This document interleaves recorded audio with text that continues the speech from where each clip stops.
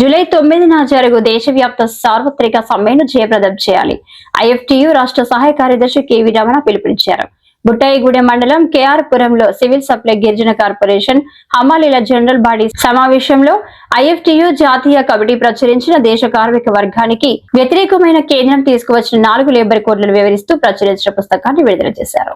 ఈ సందర్భంగా కెవి రమణ మాట్లాడుతూ దేశంలో కార్మిక వర్గం పోరాడి సాధించుకున్న చట్టాలను రద్దు చేసి కార్మికులు వ్యతిరేకంగా తీసుకువచ్చిన 4 లేబర్ కోడ్లను రద్దు చేయాలని, కార్మిక వర్గానికి కనీస వేతనం 26,000 రూపాయలు చేయాలని, భవన నిర్మాణ సంక్షేమ బోర్డును పునరుద్ధరణ చేయాలి, ప్రమాద మరణానికి 10 లక్షలు, సహజ మరణానికి 5 లక్షలు నిర్మాణ కార్మికులకు ఇవ్వాలని, కాంట్రాక్టర్ అవుట్సోర్సింగ్ స్కీమ్ వర్కర్లను రెగ్యులర్ చేయాలని, హమాలి ఆటో మోటార్ తదితరంగా కార్మికులకు సంక్షేమ బోర్డు ఏర్పాటు చేయాలని, రాష్ట్ర కూటమి ప్రభుత్వం తీసుకొచ్చిన 10 గంటల పని విధానాన్ని రద్దు చేయాలని, ఉపాధి కార్మికులు వేతనాన్ని రోజుకు 600 చేయాలని, కేంద్రం తీసుకువస్తున్న రైతు వ్యతిరేక చట్టాలను రద్దు చేయాలని, పంటలకు గిట్టుబాటు ధరలు కల్పించాలని, నూతన ఫైనాన్స్ విధానాన్ని రద్దు చేయాలని ప్రభుత్వానికి డిమాండ్ చేశారు. దేశవ్యాప్తంగా సార్వత్రిక సమ్మె. ఈ కార్యక్రమంలో కత్తుల రాజేష్, కోర్స కిషోర్, కోవాసు సాయి, కోర్స్ రవి, పల్లి రాజు, మడకం రాజేష్ కుమార్, పూణెం ప్రసాద్, అనిల్ కుమార్, పి రమణ తదితరులు పాల్గొన్నారు.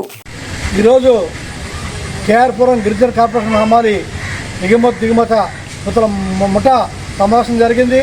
ఈ నెల 9న దేశవ్యాప్తంగా జరిగే సార్వత్రిక సమ్మెని విజయవంతం చేయాలని చెప్పి కమిటీ నిర్ణయించింది. ఎందుకనంటే దేశంలో ఉన్న కార్మికులకి అనేక హక్కులు ఉన్నాయి. అనేక పోరాటాలు చేసి సాధించుకున్న హక్కుల్ని నేడు కేంద్ర రాష్ట్ర ప్రభుత్వాలు రద్దు చేసి 10 గంటల పని విధానాన్ని తీసుకొస్తుంది. ఈ దుర్మార్గమైన చర్యలను వ్యతిరేకిస్తూ సమ్మె చేయాలని, అదేవిధంగా అనేక సంవత్సరాలుగా పోరాడి సాధించుకున్న కార్మిక చట్టాలను రద్దు చేసి 4 లేబర్ కోడ్లు తెచ్చారు. దానివల్ల యాజమాన్యాలకు అనుకూలంగా ఈరోజు ఆ లేబర్ కోడ్ చట్టాల్లో ఉన్నాయి. వాటిని ఎత్తివేసి కార్మిక చట్టాలని అమలు చేయాలని, అదేవిధంగా అసంఘటిత రంగ కార్మికులుగా హమాలీ కార్మికులుగా ఉన్న హమాలీలు కానీ, లేకపోతే భవన నిర్మాణ కార్మికులు కానీ, ఇతర పనులు చేసేవారు కానీ వారందరికీ సమగ్రంగా ఒక చట్టం చేయాలి. పని భద్రత కొన్ని చట్టం చేయాలి. ఈఎస్ఐ, పిఎఫ్ లాంటి చట్టాలు అమలు చేయాలి. వారికి పని భద్రత, రిటైర్మెంట్ బెనిఫిట్స్ కల్పించాలని చెప్పి మేము డిమాండ్ చేస్తున్నాం. అదేవిధంగా స్కీమ్ వర్కర్స్ అయినటువంటి అంగన్వాడీ కానీ, ఆశ కానీ తదితర కాంట్రాక్ట్ వర్కర్స్ అందరినీ రెగ్యులర్ చేయాలి. కనీస వేతనం 26,000 రూపాయలు చేయాలని చెప్పి మేము డిమాండ్ చేస్తున్నాం.